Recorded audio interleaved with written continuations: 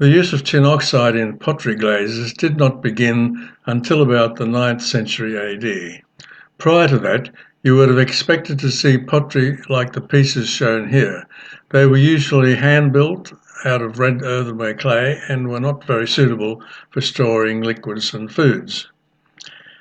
The earliest glazed pots would have appeared during Roman times. These were glazed with a glaze containing lead oxide, which was a very suitable fluxing agent, enabling the silica-based formulas to melt into the clear glaze. The glaze was unstable and the lead could be leached out of the glazes, which was a health problem. The introduction of tin oxide into the glaze to whiten it seems to have occurred first in the Middle East, Iraq and Iran in the 19th century.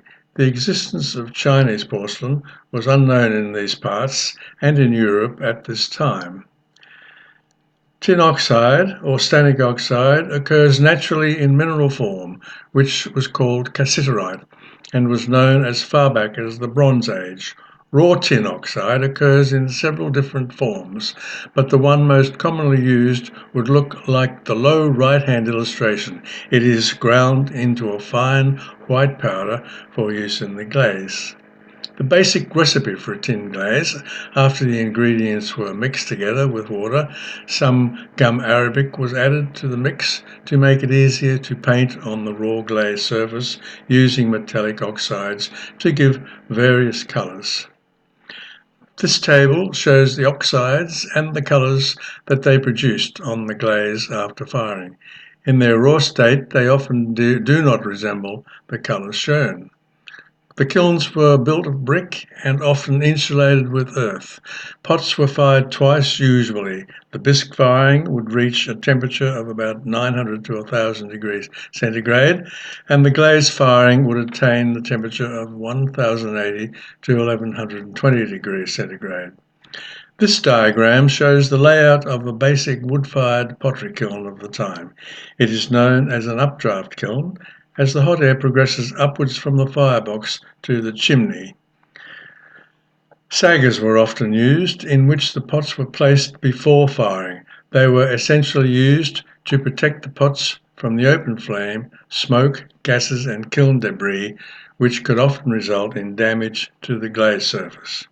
There were 4 main methods used to produce tin-glazed earthenware. Pots were either hand-built or thrown on the wheel, and later, with the advent of moulds, much ware was slip-cast.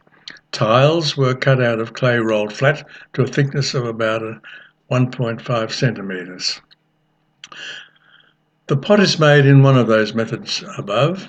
The clay used will vary from white to buff-coloured. After drying and turning, the pot is bisque-fired. The pot is dipped in the raw tin-lead glaze mixture and allowed to dry. Sometimes the pot's fired again at a low temperature to seal the glaze. The pot is decorated and then glaze fired at the temperature mentioned before. Delft potteries dipped the pot in clear glaze again to heighten the gloss of the glaze. Tin-glazed earthenware was known by several other names as shown here. In Italy it was called MAIOLICA, in France faience, and Delft in the Netherlands. Islamic and Spanish pottery was called HISPANO-MORESQUE, and in the British Isles it was referred to as Delftware. This map shows the path that the progress of tin glazing followed from its beginnings in Iran and Iraq. In this first video, we follow that path to Spain. These are early pottery shards dating from the 9th century found in Iraq and Iran. The tin glaze is buff-coloured, probably due to the impurities in the tin oxide, and they are simply decorated in cobalt oxide. Early in the 19th century, some Tang dynasty stoneware pottery was beginning to find its way along the trade routes to Iraq. One such pot is the ewer on the right. The dish on the left was an attempt by local potters to emulate this decoration using a base tin glaze, cobalt oxide for the blue and copper oxide for the green was used. This dish from Iran is decorated with simple local motifs in an iron oxide or maybe some copper oxide mixture on the tin glaze. The cobalt decoration on this bowl from Basra is a simply freely brushed border with script in the center, and this bowl from Basra has a simple but effective cobalt blue decoration. This map shows the location of Basra in Iraq. It lies about 100 kilometers north of Kuwait on the Persian Gulf. Now we move along the tin-glazed journey to talk about Hispano-Moresque tin-glazed pottery. This very large 15th century dish from Valencia shows intricate and extensive design in cobalt, and the center panel has Arabic script in copper luster. This map highlights the 8 main centers of production of tin-glazed pottery in Spain. They are Catalonia, Barcelona, Madrid, Talavera, Valencia, Seville, Maniz, and Granada. This lovely large dish was also made in Valencia as far back as 1450. It is skillfully decorated with cobalt and iron oxides and has a local theme painted in its center depicting a bull's head.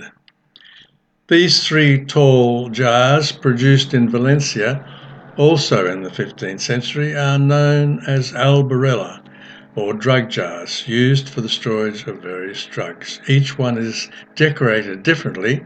Cobalt blue is the prominent and copper is the main oxide used on that center pot.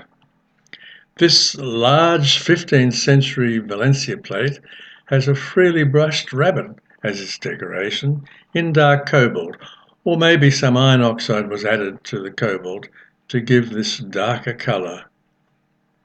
Here is a wide-rimmed dish made in Maniz, freely decorated on the tin glaze with cobalt oxide. 2 sides of an albarella from a Catalonia pottery depict scenes and figures in a landscape in cobalt blue. An early large dish from a 16th century Barcelona pottery is skillfully thrown and glazed in a buff tin oxide and simply decorated in cobalt. This attractive decorative motif adorns a large platter from a Granada factory, also 16th century. There were several potteries in Talavera. This later 17th century dish shows a polychrome decoration of a scene with a man on horseback. It more closely resembles the decorative techniques of the period from Italy. A very large oblong platter from Talavera is very heavily decorated in polychrome oxides, essentially in cobalt, iron, and antimony. This plate comes from a Madrid pottery. It is beautifully decorated in a floral scene in the center and a repeat style decorated border, all in a mid-cobalt blue. Paler shades of cobalt blue are made by mixing some tin oxide into the cobalt mixture. Tile making formed an important part of the ceramic industry in Spain from very early times. These elaborate polychrome decorated tiles were produced in the 17th century. Tile panels like this one were often made of individual tin-glazed tiles cut to the pattern and set onto the wall as shown here. Here is another example of that method of Spanish tile manufacture. This panel comes from the Alhambra Palace in Granada. And the Alcazar Palace in Granada is also heavily decorated in Spanish tin-glazed tiles. The process of tin-glazed earthenware can also be found in Portugal. Here are some examples. This plate has a rich blue swirling decorative border in cobalt and iron, and these jars from a Lisbon pottery show accomplished decorations. The one on the right has a cobalt, iron and manganese mix, which gives the decoration a much darker colour.